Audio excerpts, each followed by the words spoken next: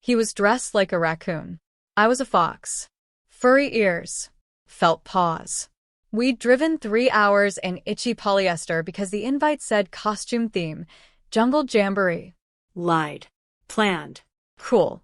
We walked into the family reunion, only to find candlelit tables, silk gowns, tailored suits, and not a single mask in sight. I froze. My husband's face dropped. Everyone turned, gasps, laughter, phones snapping pictures. My sister-in-law whispered loudly to her husband, "Did they think this was a birthday party at a zoo?" Someone snorted. Even my mother laughed into her wine. My name is Dana Keller, and from wherever you're watching this, stay with me. Have you ever been humiliated so thoroughly that your skin stopped fitting your body? We were placed at a small table near the trash bins. Little trash bins. Smelled like spoiled shrimp and broken trust. No waiter approached us. No drinks. Then came my brother, Matt, grinning like a wolf. "I told you it was a costume party," he said. "We thought you'd lighten the mood." He winked like it was a prank. A cute joke. Like we weren't humans in heat-trapping suits, sweating out dignity. Then the check came. $19,600. No warning. No heads up. Just a bill, dropped by a server who muttered, "They said you'd be covering it." My husband blinked. We didn't even order half of this." My sister-in-law leaned back, swirling her wine. "Your family. Cover it. That's what good family does." Matt chuckled. "Oh shoot. We left our wallets and our cards. Oops." It wasn't a mistake. It was targeted humiliation. I looked around. The way no one protested. No one defended us. They all just waited to watch us pay. I whispered 3 words to my husband. Never again. Ever. We paid. Smiled. Walked out in our suits. But when the sun rose the next morning, I didn't just rise. I erased them. First, I froze the joint savings account. $10,800? Mine. Gone from their reach. Then I blocked their phone numbers, shut down our shared Netflix, Spotify, and even the damn Costco card. Finally, I canceled the lease on the vacation property I co-signed for Matt. He didn't know yet, but by sunset he would. By 10:42 a.m., my phone buzzed with rage. Matt. Then his wife. Then Mom. All back to back. All voicemails filled with panicked curses and dramatic guilt-tripping. "You can't just freeze the account, Dana. The rent bounced. You want your own brother evicted?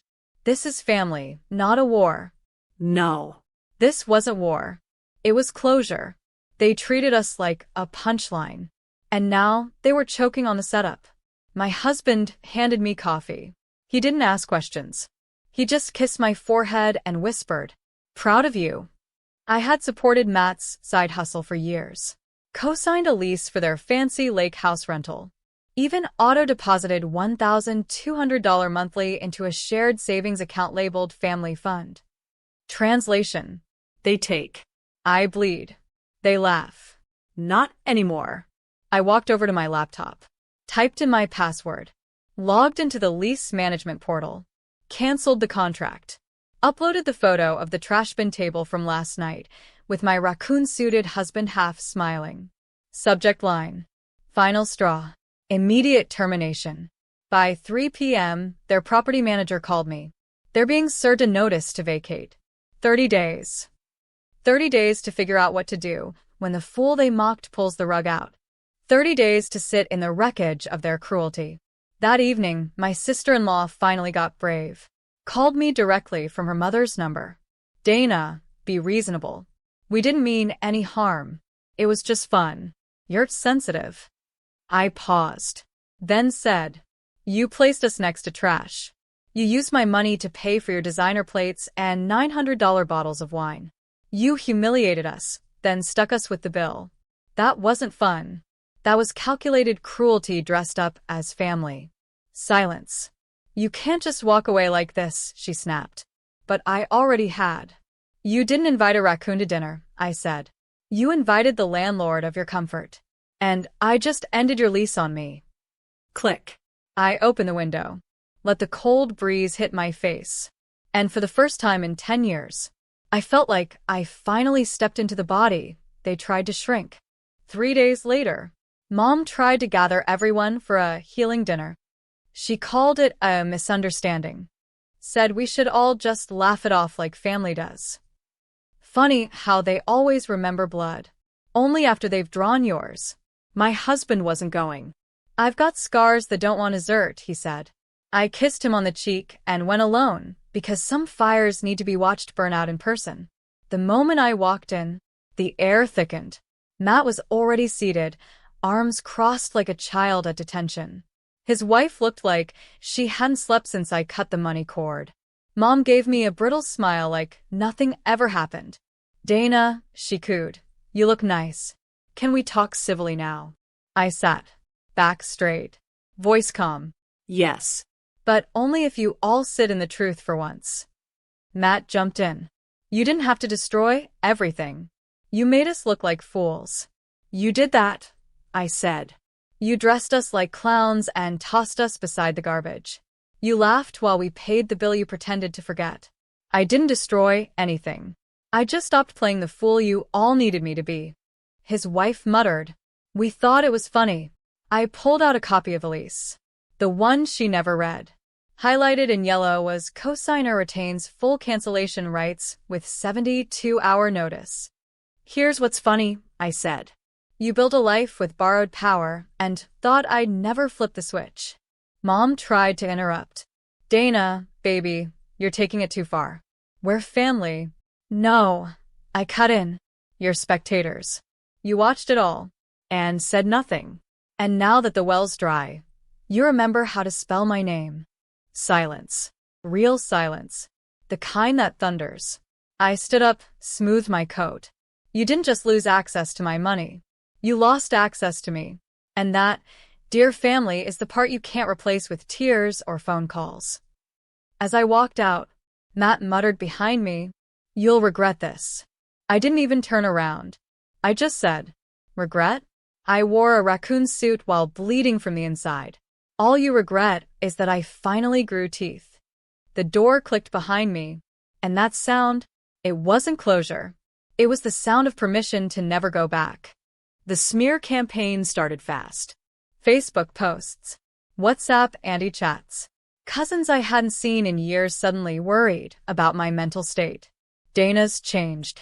She's being cruel to her own brother. All over a dinner party and a few jokes. No one mentioned the $19,600. The trash bin table. The 10 years I quietly kept them afloat, co-signing loans, paying surprise tuition bills, covering bounce checks like a reflex. They just wanted the narrative. I snapped. I betrayed blood. I became cold. So I stayed colder. Colder than they knew I could be. Every time a distant relative texted, hey, can we talk? I left them on read. Every time someone tagged me in a post about forgiveness and healing, I blocked and moved on. Because when someone robs you wearing a smile, you don't hug them, you lock the damn door. And I wasn't interested in redemption arcs they hadn't earned. My sister-in-law tried to play the sympathy card next. Posted a crying selfie with a quote. Family should never weaponize money. I screenshotted it, archived it, didn't engage. Because while she was busy farming pity likes, I was already 3 steps ahead. I contacted the property management firm we'd both used. Sent them the proof of her fraud. Unauthorized sublets, cash rentals, maintenance scams. They dropped her from their client list in under 48 hours. Just like that. Another mask off. But what really broke her? The fundraiser. I launched a community grant in our neighborhood.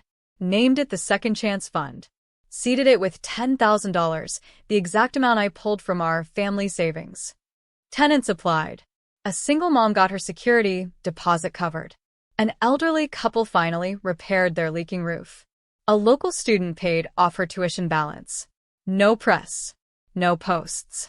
Just lives shifted in silence, the opposite of what they'd ever do with money. People started talking. But this time, not in whispers. Dana did that? She used her own money? She's not cruel, she's clean. She cut the rot. And just like that, their little gossip storm lost all its thunder. Because truth doesn't always shout. Sometimes it just outlasts the lie. It was a Tuesday. Gray sky. No drama in the air. I was organizing donation receipts when my phone buzzed. FaceTime request. Matt. Decline. It rang again. Then a message. Please. Just hear us out. We're outside. I opened the door slowly. And there they were, Matt and his wife. No makeup, no smug smiles. Dressed in panic instead of designer. He spoke first. We messed up. Dana, please. We can't get approved for another place. The bank froze our accounts. The management firm dropped us. His voice cracked like a man realizing the joke's over. And he was the punchline all along. She stepped forward, voice lower. We thought you'd never leave. Never fight back. You were always the one who gave. I stood silent. Let them taste the stillness. Matt tried again. We're family. I'm your brother. I finally spoke. No, Matt. You're a man who dressed me up like a circus act while my husband stood beside hospital monitors. You handed me a $20,000 bill with a smile. And when I didn't break, you turned me into the villain. He looked down. I know. I do. I don't need an apology, I said. I needed it before the trash table. Before the posts. Before you decided to humiliate me instead of support me. They exchanged a look. Desperate. We just need a little help. A cosigner again. A loan short-term, his wife offered. I swear we'll pay it back. I smiled. Finally. I already gave you a loan, I said. You spent it on wine, cruelty, and your own downfall. Consider it paid in full, with interest and self-respect. They went silent. No more pleading. Just empty hands and full regret. I stepped back inside and said the softest goodbye they'd ever hear. This door isn't locked, but it's not for you anymore. I shut it. Slow. Soft. Permanent. And on the other side, I heard nothing. No knocking. No yelling. Just the sound of two people facing the silence they created. They thought the worst was over. That silence meant mercy. But mercy isn't silence. Sometimes it's consequence in a clean suit. That week, I got a call from a bank officer. A property Matt had used as leverage. The lakeside house I'd once co-signed was being repossessed. The bank was putting it up for public auction. He hadn't made payments in 5 months. Just enough time to book boats, throw parties, and pretend wealth instead of work. The officer asked if I wanted to make a private offer. I laughed. I want to buy it at auction, I said. I want him to see the name. The day of the sale, I dressed in quiet power. All black, no logos. My husband at my side. We sat in the second row. Matt arrived late, sweaty. Didn't even see me at first. He looked around like a man drowning, searching for a rope. Then he spotted me. Still. Sharp. Unreachable. He mouthed something. I didn't care to read it. The auction started. People bid. I waited until the number stalled at $290,000. Then I raised my hand. Calmly. $320,000. Final. Sold. To Dana Keller. His head dropped like a closing curtain. The silence in that room, it wasn't loss. It was awakening. He walked out before I even stood up. Later that week, I had the locks changed. Gave the house to a nonprofit that helps women fleeing domestic abuse. Let them turn it into transitional housing. 6 bedrooms. Fresh beds. Pantry stocked. New beginnings growing where arrogance once lounged. My inbox flooded. Thank you for giving us this. We feel safe here. Matt never reached out again.